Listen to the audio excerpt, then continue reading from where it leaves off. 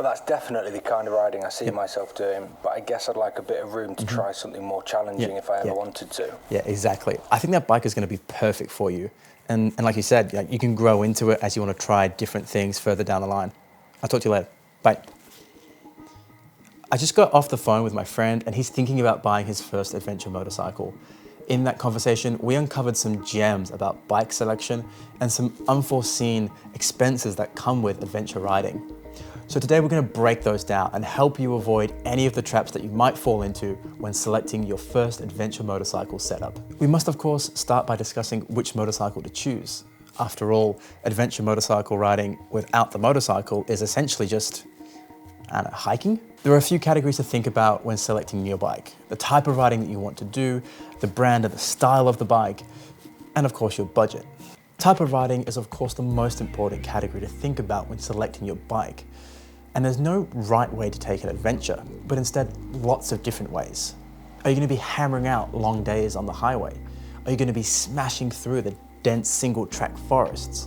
Do you want to do something that's a bit of both and everything in between? Are your adventures going to be taking place over an afternoon, a day, a weekend? Are you going to be packing up and going for longer trips? Are you going to be camping on the bike? Are you going to be hotel hopping?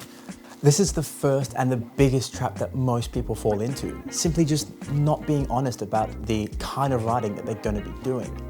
Perhaps they imagine themselves tackling technical single track terrain all day long. Or maybe it's setting off on a 6-month long way round-esque adventure, when in reality they work full time, have 2 kids and twice as many mortgages. The point is, we need to be realistic about the kind of riding that we're going to be doing on our bikes. In general, lightweight single-cylinder motorcycles are going to be the choice for those who want to primarily focus in off-road riding, and they might even trailer their bike to the backcountry. Mid-size adventure bikes, like my KTM 790, aim to offer more versatility in both their comfort and their performance for on and off-road riding. Whereas the big 1000cc plus adventure bikes, well, they're more focused for road and touring, and they're capable of handling some light off-road riding too. Unless of course your name is Chris Birch. Like me, you might want to be tackling a whole variety of terrain. And if that's the case, well then you'll want to look at all the areas of riding that you'll be tackling and prioritizing them. Which one do you want to have the most performance in? Or perhaps which area do you think you'll be spending most of your time riding?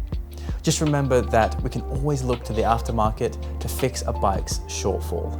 Also to consider is the brand itself, and we all have our favorite brands, whether we like the reliability of the Japanese brands, the history of Harley-Davidson, or the racing prowess of the KTM group.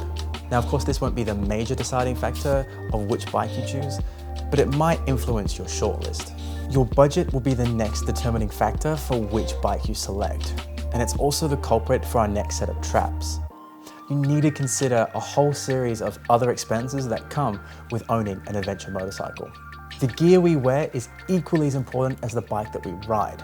I mean, why would you select a bike with all the bells and whistles only to protect your head with Kmart's finest and protect your feet with trainers that are softer than the average adventure rider's cock? The point is, if you're planning on tackling anything more serious than a 3rd gear jaunt down to your favorite Starbucks, you need to incorporate some gear into your adventure bike budget. We can start off with some more off-road focused items, such as helmet and boots. Now, your street helmet might suffice for some basic riding, but if you're gonna go off-road, you're gonna want a motocross or adventure style helmet.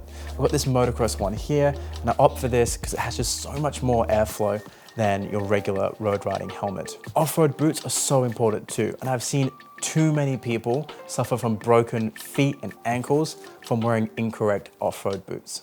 You might also want to add some extra protection from an armor system. And yes, perhaps your jacket and pants already have armor integrated, but I do prefer separate armor. It allows me to keep the pads closer to the body, and if it gets hot, I can always lay it down without sacrificing my protection. Adventure jackets and pants, and even this vest here, are going to be far more comfortable than the leathers that are gathering dust in your closet. Lightweight, breathable, abrasion and water resistant are what define adventure riding, and it could be the difference of a long day turning into something miserable or something actually quite fun and enjoyable. Let's talk about luggage. As I mentioned before, the kind of bike you select is also going to influence the kind of luggage that you opt for, whether it's a racked system or a rackless system. Regardless, if you're heading off-road, you need to opt for soft luggage, because hard luggage only serves the purpose to break your legs in a crash.